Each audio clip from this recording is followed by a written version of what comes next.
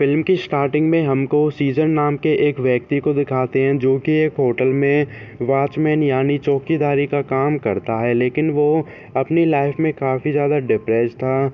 उसका मानना था कि उसे कितनी भी खुशी मिल जाए लेकिन तब भी वो सैड और डिप्रेस्ड रहेगा, जिस वजह से वो सुसाइड करने वाला था। तो वो सुसाइड करता है नहीं, ये हमको फ़िल्म में आगे पता चलेगा। अब फ़िल्म में हमको कुछ दिन पहले की स्टोरी को दिखाते हैं।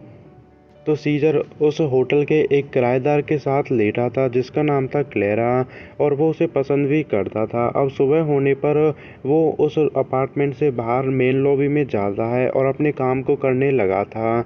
तभी फ़िल्म में हमको एक डैड को दिखाते हैं जो कि उसी होटल में किराएदार था और वो अपने बच्चों को स्कूल ले जा रहा था, लेकिन उसकी एक बेटी थी जिसका नाम था उर्सुला, और वो सीज़र से पैसे मांगती है। सीज़र ने उसे पैसे दे भी दिए थे। अब उसने पैसे क्यों मांगे ये हमको फ़िल्म में आगे पता चलेगा।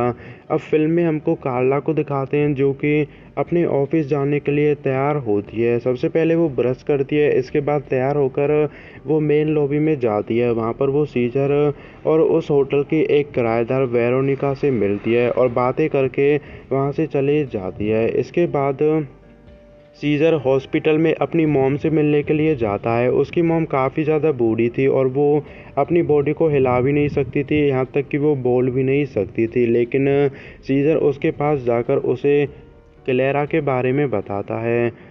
अब वापस से वो होटल पर आ गया था। होटल पर आने के बाद उसके पास वेसिनो आता है जो कि सीज़र को धमकाता है क्योंकि वो अपने काम को अच्छे से नहीं कर पा रहा था। तभी उसके पास वेरोनिका आती है और वो सीज़र से कहती है कि मैं अपनी फ्रेंड के एक बर्थडे पार्टी में जा रही हूँ, लेकिन तुम मेरे कुत्तों को खाना खिला दोगे। इसके लिए सीज़र हाँ भी कर देता है। तभी वेरोनिका उसे इंस्ट्रक्शन देती है कि उसे डॉग्स को क्या क्या खिलाना है, लेकिन इन बातों को सीज़र इग्नोर करता है। अब रात हो गई थी तो वो वेरोनिका के अपार्टमेंट पे जाकर उसके दोनों कुत्तों को खाना खिलाता है, लेकिन उनमें से एक कुत्ते को वो पाई के एक पीस को भी खिलाता है, और ये सब उसने मन से किया था। अब फ़िल्म में हमको क्लेरा को दिखाते हैं जो कि वापस से अपने अपार्टमेंट पर आ गई थी। तभी उसे कुछ लेटर मिलते हैं जिनको वो पढ़ती है। इसके बाद वो उनको फाड़ कर फेंक देती है। वहाँ पर वो एक सॉन्ग चलाती है। इसके बाद वो अपने बेडरूम में जाती है। तभी हम देखते हैं कि उसके बेड के नीचे सीज़र भी था जो कि इंतज़ार कर रहा था क्लेरा के सोने का। जैसे ही क्लेरा सो जाती है तो सीज़र अपने बेड से निकलकर क्लोरोफॉर्म यूज़ करके क्लेरा को बेहोश कर देता है। इसके बाद वो उसके अपार्टमेंट के बाथरूम में जाता है तो जिन प्रोडक्ट को क्लेरा यूज़ करती है उनमें सीज़र कुछ दवाई मिला देता है। अब अगले दिन क्लेरा के उठने से पहले सीज़र उठता है और वो बाथरूम में जाकर पहले तो क्लेरा के ब्रश से ब्रश करता है। इसके बाद वो उसके अपार्टमेंट से बाहर चले जाता है। जैसे वो उसके अपार्टमेंट से बाहर निकलता है उसे उर्सुला मिलती है और उसे पता था कि वो चुपके से क्लेरा के घर में जाता है, और ये सब उसने पहले भी कई बार किया था और उसके बारे में भी उर्सुला को पता थी, जिस वजह से वो सीज़र को ब्लैकमेल करती है। और इसी वजह से सीज़र ने उसे फ़िल्म की स्टार्टिंग में पैसे दिए थे ताकि इसके बारे में वो किसी को भी ना बताए, लेकिन इस बार वो अपने मुंह को बंद रखने के लिए सीज़र से अडल्ट फ़िल्म मांगती है। तो सीज़र वहाँ से चले गया था। अब वो मेन लॉबी में जाता है। तभी हमको पता चलता है कि वेरोनिका का एक डॉग बीमार हो गया था, वही डॉग जिसको सीज़र ने पाई के पीस को खिलाया था। अब इसके बाद फ़िल्म में हमको क्लेरा को दिखाते हैं जो कि उठती है, बाथरूम में जाकर वो ब्रश करती है। तभी हम देखते हैं कि उसके फ़ोन पर कोई धमकियां देता है, और ये सब वो काफ़ी टाइम से कर रहा था, लेकिन क्लेरा उसके मैसेज को इग्नोर भी करती है। तो उसने पुलिस में रिपोर्ट भी दी थी, लेकिन अभी तक वो उसे पकड़ नहीं पाए थे। इसके बाद वो तैयार होकर अपने ऑफिस जाती है, लेकिन बीच रास्ते में उससे सीज़र मिलता है जो कि क्लेरा से बातें भी करता है, लेकिन इसके बाद क्लेरा वहाँ से चले जाती है। अब इसके बाद सीज़र अपने अपार्टमेंट पर था। तभी उसके पास उर्सुला आती है। उसने स्कूल बंक किया था और वो सीज़र के अपार्टमेंट पर जाकर उससे अडल्ट फिल्म मांगती है जो कि उसने सीज़र पर मंगाई थी। तो सीज़र उसे अडल्ट फिल्म दे भी देता है। तभी उर्सुला उससे कहती है कि मैंने एलिवेटर में क्लेरा से बातें की, लेकिन मैंने तुम्हारे बारे में उसको कुछ भी नहीं बताया था, लेकिन अगर तुम्हें मेरा मुंह बंद रखना है तो तुम्हें मुझे 100 यूरोस देने होंगे। ऐसा कहकर वो वहाँ से चले जाती है। इसके बाद सीजर फिर से मेन लॉबी में जाता है। वहाँ पर वेसिनो उसके पास आकर उसे छत पर लेकर जाता है। तो वेसिनो ने वहाँ पर कुछ पेड़ लगा रखे थे, लेकिन सीजर ने उन पेड़ों में पानी नहीं दिए थे, जिसकी वजह से वो सूख गए थे। तो वहाँ पर वेसिनो उसे लास्ट वार्निंग देता है, कहता है कि अगर तुमने ये गलती दोबारा की तो मैं तुमको जॉब से निकाल दूंगा। इसके बाद सीजर अपनी मॉम के पास मिलने के लिए जाता है और वहाँ पर भी वो उससे क्लेरा के बारे में बातें करता है। तो वो अपनी मॉम से कहता है कि मैं क्लेरा के फेस पर खुशी नहीं रहने दूंगा, क्योंकि वो ऐसा करने वाला था जिससे कि क्लेरा को काफ़ी ज़्यादा परेशानी होने वाली थी। इसके बाद वो अपने होटल पर जाता है। तो वहाँ पर वो कुछ क्लीनर से मिलता है और उनसे कहता है कि मुझे ऑफिस की तरफ से कंप्लेन आई है कि तुमने उनके ऑफिस को अच्छे से साफ़ नहीं किया है, और ऑफिस के वर्कर काफ़ी ज़्यादा गुस्सा भी हैं, जिस वजह से क्लीनर अपने बेटे को मारती हुई है, क्योंकि ये सब उसी की वजह से हुआ था। इसके बाद वो फिर से क्लेरा के अपार्टमेंट में जाकर उसके बेड के नीचे सो जाता है और वहाँ पर वो क्लेरा के आने का इंतज़ार करता है। थोड़ी देर बाद क्लेरा अपने अपार्टमेंट में आती है और वो किसी से फ़ोन पर बात कर रही थी, बेबी कहकर। तभी हमको पता चलता है कि वो उसका बॉयफ्रेंड था, और अपने बॉयफ्रेंड को वो उस इंसान के बारे में भी बताती है जो कि उसको धमकियाँ देता है। काफ़ी टाइम बाद वो अपने बेड पर जाकर सो गई थी। इसके बाद सीजर बेड से निकलकर फिर से क्लेरा को बेहोश कर देता है। इसके बाद वो उसके अपार्टमेंट पर जगह जगह बग्स एग लगा देता है। फ्रीजर में जाकर वो सड़े हुए सेब रख देता है, क्योंकि वो ऐसा इसलिए कर रहा था ताकि उसके अपार्टमेंट पर कीड़े आ जाए। तो फिल्म में हमको अगले दिन की स्टोरी को दिखाते हैं। तो क्लेरा अपने रूम में उठती है। वो जैसे बाथरूम में जाकर अपने फेस को मिरर में देखती है, वो देखती है कि उसके फेस पर एलर्जी हो गई थी, और ये सब सीजर की वजह से ही हुआ था, क्योंकि उसने क्लेरा के क्रीम में कुछ दवाई मिला दी थी। लेकिन क्लेरा मेकअप करके अपने ऑफिस के लिए जाती है। बीच रास्ते में उसको सीजर मिलता है, बट वो उसे बताती नहीं है अपनी एलर्जी के बारे में। बट उसे तो पहले से ही पता था, क्योंकि ये सब उसी की वजह से तो हुआ था। तो रात को क्लेरा वापस से अपने अपार्टमेंट पर आती है और अगले दिन वो सुबह देखती है कि उसकी एलर्जी और बढ़ गई। तो काफ़ी दिन ऐसे बीत जाते हैं और क्लेरा की एलर्जी बढ़ती जा रही थी। इसी के बीच सीजर ने छत के पेड़ों में पानी देना भी शुरू कर दिया था, जिसकी वजह से वो पेड़ फिर से ठीक हो गए थे।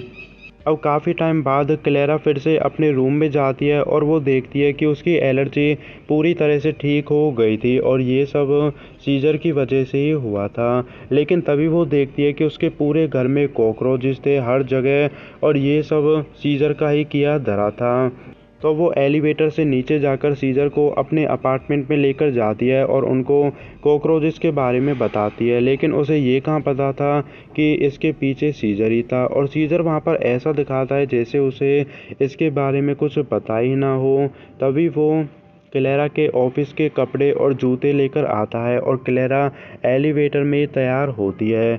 इसके बाद सीजर क्लेरा से कहता है कि अगर तुमको इन अपार्टमेंट से कॉकरोचेस को हटाना है तो तुम्हें पूरे अपार्टमेंट को सफ़ा करवाना होगा, और ये मैं कर सकता हूँ। इसके लिए क्लेरा सीजर को अपने अपार्टमेंट को सफ़ा करने की परमिशन भी देती है। लेकिन जब तक उसका अपार्टमेंट सफ़ा होता वो अपनी मॉम के पास रुकने वाली थी, जिससे कि सीजर को थोड़ा बुरा भी लगता है, क्योंकि वो क्लेरा से कुछ दिनों तक मिल नहीं सकता था। इसके बाद क्लेरा वहाँ से चले जाती है। अब सीजर अपने मॉम के पास जाकर उससे बातें करता है। अब वो क्लेरा के अपार्टमेंट को पूरी तरह से सफ़ा करता है। वहाँ पर अब एक भी कीड़ा नहीं था। तभी उसके पास वेसिनो आता है और हमको वेसिनो से पता चलता है कि जहाँ पर भी सीजर ने जॉब की थी उसे 1 या फिर 2 महीनों में ही निकाल दिया था, क्योंकि वो अपने काम में अच्छा नहीं था। लेकिन इतने ही उनके होटल पर पुलिस आती है क्लेरा के केस में उस इंसान को ढूंढने के लिए जो क्लेरा को धमकी दिया करता था। लेकिन सीजर की वजह से उन पुलिस को पता चल जाता है कि वो क्लीनर ही क्लेरा को धमकी दे। तो पुलिस मॉम और उसके बेटे को अरेस्ट करके वहाँ से ले जाती है। अब रात हो गई थी तो सीजर क्लेरा को कॉल करके बताता है कि मैंने तुम्हारे अपार्टमेंट को सफ़ा कर दिया है, और जो तुमको धमकियाँ देता था पुलिस ने उनको भी अरेस्ट कर लिया है। तो अब क्लेरा आज रात ही अपने अपार्टमेंट पर वापस आने वाली थी। तो अब रात हो गई थी, तो सीजर क्लेरा के अपार्टमेंट पर उसका इंतजार करता है, लेकिन इस टाइम उसके हाथ में चाकू और कुछ रस्सियां भी थी, जिससे हमको पता चलता है कि वो या तो उसे मारने वाला था, यानी कि क्लेरा को, या फिर वो उसे टॉर्चर करने वाला था।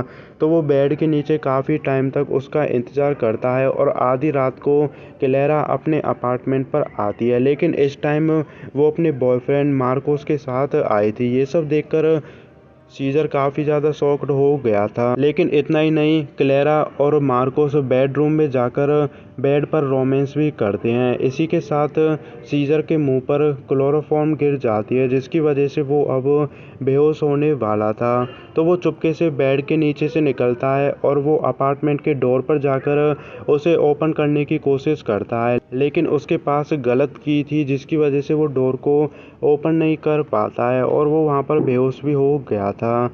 अब फिल्म में हमको डायरेक्ट अगली सुबह की स्टोरी को दिखाते हैं। तो सीजर अब बाथटब में उठता है और वो देखता है कि वहाँ पर क्लेरा और मार्कोस बातें करते हैं, तो उनकी बातों को सुनता है। तभी मार्कोस को बेड के नीचे सीजर का स्पोर्ट बैग मिल गया था, जिसमें कि काफ़ी अजीब चीज़ें थी, और उनको सीजर की डायरी भी मिलती है। वो उसे पढ़ने वाले थे, लेकिन इतनी क्लेरा की तबीयत खराब हो गई थी। तो मार्कोस क्लेरा के लिए जूस लेने के लिए किचन में जाता है, लेकिन फ्रिज में कुछ भी नहीं था। तभी क्लेरा वहाँ पर आती है और मार्कोस और क्लेरा बाथरूम में जाकर रोमांस करने लगे थे। इसी के बीच चुपके से सीजर बेडरूम में जाकर बैग से अपार्टमेंट की निकालता है और वो उस डायरी को भी ले लेता है। तो वो चुपके से डोर की तरफ जा रहा था, लेकिन मार्कोस उसे देख लेता है और वो सीजर से कहता है कि तुम हमारे अपार्टमेंट पर क्या कर रहे हो। लेकिन यहाँ पर सीजर उनको एक्सप्लेन करता है और वो उनसे झूठ कहता है।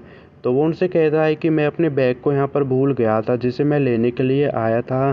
तो क्लेरा उसकी बात पर यकीन कर लेती है और वो उसके बैग को लौटा भी देते हैं।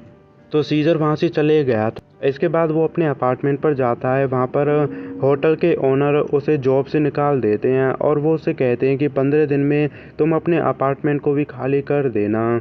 इसके बाद वो मेन लॉबी में जाता है। तभी वो देखता है कि क्लेरा और मार्कोस कहीं बाहर घूमने जा रहे थे पूरे वीकेंड पर, जिससे कि वो काफ़ी ज़्यादा परेशान हो गया था, क्योंकि उसके हाथ से जॉब भी चले गई थी।